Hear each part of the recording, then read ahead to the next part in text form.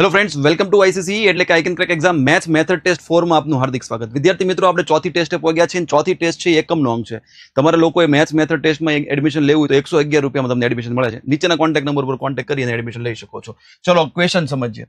જો તમારો એકમનો અંક છે. એકમનો અંકમાં એક વસ્તુ સમજો કે જ્યારે એકમનો અંક 1 5 6 0 હોય ત્યારે ગમે એ ઘાત હોય તો એ એકમનો અંક એનો 1 5 6 0 જ આવશે. એટલે 1560 યાદ રાખો, 1560 ની સામે 1560 જ આવે. 2 3 7 8 હોય એકમનો અંક, 2 3 7 8 હોય 23 78 તો કે જે ઘાત તમને આપી હોય એને ભાગ્યા 4 કરવાના. ભાગ્યા 4 કરતા શેષ વધશે ઈ ઘાત ઉપર ઈ જે એકમનો અંક હોય એની પર મૂકી દેવાની. એટલે તમારો જવાબ આવશે એકમનો અંક મળી જશે. અને 4 અને 9 હોય તો કે 4 અને 9 હોય તો એકી ઘાત હોય તો 4 અને 9 પોતે આવશે. પણ બેકી ઘાત હોય તો 4 ની બેકી ઘાત છે ઈ હોય તો 6 આવશે અને 9 ની બેકી ઘાત હોય તો 1 આવશે. તમારે લોકો આ સ્ક્રીનશોટ પાડવો હોય તો પાડી શકો છો, બહુ અગત્યની વસ્તુ છે. ચલો સમજીએ. જો પહેલો ક્વેશ્ચન કે છે 676 ની 1151 ઘાત. હવે 1560 એટલે 6 આવ્યો.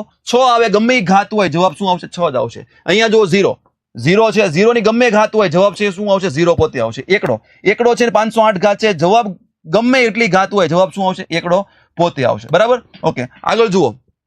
તમે આપણે એકાદો બગડાવાળો જોઈએ. જો 772 ની 543 ઘાત. હવે 772 ની 543 ઘાત એકમનો અંક જુઓ બગડો તો 543 ભાગ્યા શું કરવાનું? તો કે 4 કરવાનું. તો જુઓ 4 એકા 4, 1 વધ્યો, 4 તેરી 12, 2 વધ્યા, 3 થયા, 4 25, 3 વધ્યા તો 2 ની 3 ઘાત.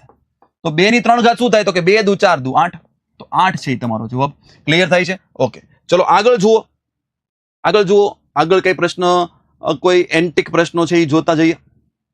ઘણા બધા સારા ક્વેશ્ચન જુઓ. અહીંયા જુઓ, બધી જ અવિભાજ્ય સંખ્યાઓનો ગુણાકારનો એકમનો અંક શોધો.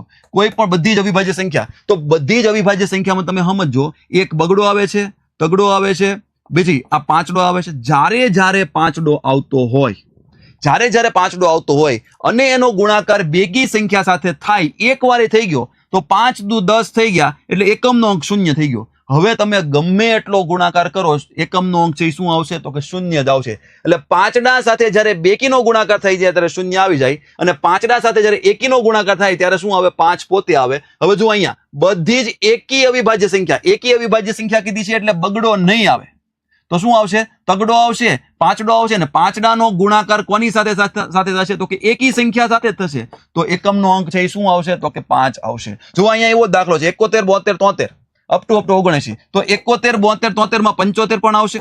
અને 75 છે એનો 5 નો ગુણાકાર બેકી સંખ્યા સાથે થશે. એકવાર 0 આવી ગયો, વાત થઈ ગઈ પૂરી. તો આ મસ્ત મજાની ટેસ્ટ સિરીઝ છે એ ચાલુ છે.